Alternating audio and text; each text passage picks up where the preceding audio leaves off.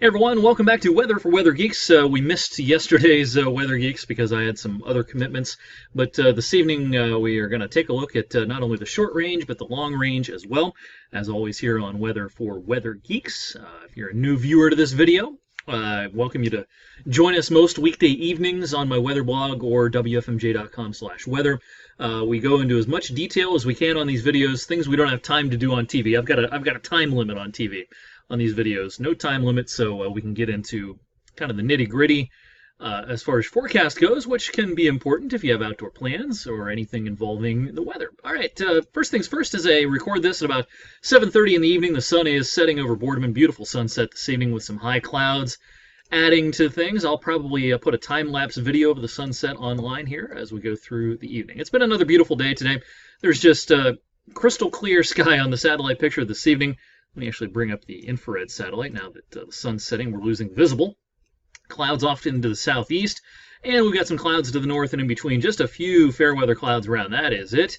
We got to 82 this afternoon. That's 10 above the average. 72 is our average here on the 16th day of September. Across the rest of the country, let me take off the satellite here. It's too much of a good thing in parts of the west. They've had more rain out in parts of the Rockies into California. But, of course, the flooding problems, particularly in Utah, have been severe. There's been, unfortunately, some fatalities. But, generally speaking, of course, the West is in need of rain. They just don't want too much at one time. That can cause some problems. Most of the real stormy weather is going to stay out west, though, as we go towards the weekend and into next week. Here's where the heat is, out across the front range of the Rockies and into the high plains. Temperatures in the east are also warmer than average, but just not as extreme as they are out to the west.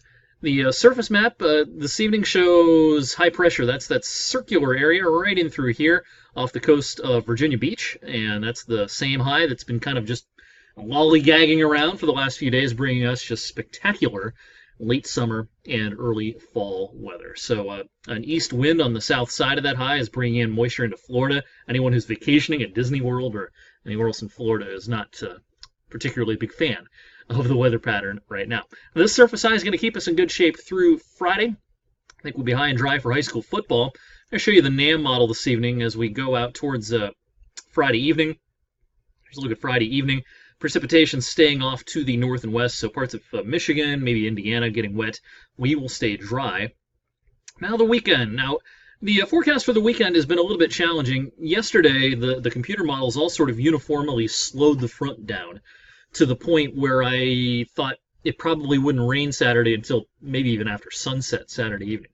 Now today, that was kind of a head fake by the models, because now today the models are speeding the front up a little bit again. So we're going to allow for a shower or thunderstorm at any point Saturday afternoon. Now the NAM would suggest there might be a shower in the morning Saturday. I'm not going to buy that at this point. As we get into the afternoon Saturday, our cold front's going to approach from the west. By mid-afternoon, late afternoon, our front's right here. And showers and storms are trying to develop out in northwest Ohio into southeastern Michigan. I still think that the best chance, the highest chance of rain will be towards evening on Saturday, but at any point during the afternoon, it wouldn't surprise me if there was a shower or a thunderstorm around on Saturday. Here's a look at Saturday evening, just after sunset, with showers and storms approaching from the west and continuing into parts of the overnight. Here's in the wee hours of Sunday morning, still some showers around, outside chance of thunder as well. So bottom line for you on Saturday, nowhere near a washout. Your best chance to get wet will be after 2 p.m. and probably overall the best chance, the highest chance of all, will be after 7 p.m. But again, between 2 and 7, there might be something trying to pop up here and there. We'll keep fine-tuning that forecast as we go through time. One thing for sure, behind this front, we've got a cool down coming as we go into the day on Sunday. I show you the GFS model here Sunday as far as temperatures go, and it's going to be a pretty remarkable change. Here's the GFS suggesting we're in the 60s on Sunday, maybe 67, 68 for daytime highs. We'll get 69 degrees in our forecast. So after a high of probably about 82, 83 on Saturday, it'll be a good 15 degrees cooler on Sunday, but it will be dry if you have outdoor plans, and it should be a spectacular day up in Cleveland for the Browns home opener.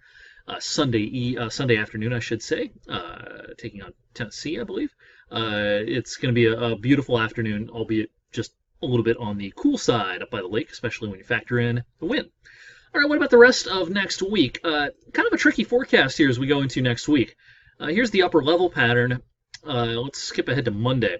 What we have going on here is this trough is going to kind of close off and kind of park itself over the southeast while warm air goes over the top. So first half of next week probably will be much warmer than average in southern Canada, cooler than average to our south, and then we're kind of stuck somewhere in between. So probably no big variances as far as temperatures, but with this system kind of closing off and meandering during the first half of next week, we might see some moisture returning, so I wouldn't be surprised if we saw a little more rain Monday night into parts of Tuesday. So we'll keep fine-tuning that forecast, but aside from Saturday, our next best chance to get wet, I think, will be Monday night and into Tuesday. As we go deeper into next week, notice that little feature in the southeast starts to fade away. Still have our ridge poking up through the plain states into southeastern Canada, and so I would expect a modest warming trend here as we go into the second half of next week. Probably not as warm as the current pattern. I doubt we see 83 next week, but we could see the upper 70s towards the end of next week. And then as we take a look at the real long range here, we're talking about 2 weeks from now. The GFS ensemble would have you believe that there's some sort of minor ridging going on across the Midwest, trough off the West Coast, and this is not a cool pattern for us. This would continue the overall pattern that we've seen a lot of September of above average temperatures. So the end of September, early October, odds are favoring it being warmer than average. And by October 1st, our averages are in the mid-60s. So a lot of 70s still yet to come for daytime highs here in eastern Ohio and western PA. Well, I thank you for watching Weather for Weather Geeks on this Wednesday evening. More geeky stuff tomorrow evening around 7:30 p.m. online, Facebook and Twitter included. And be sure to check out my updated forecast tonight on 21 News at 11. We'll see you then.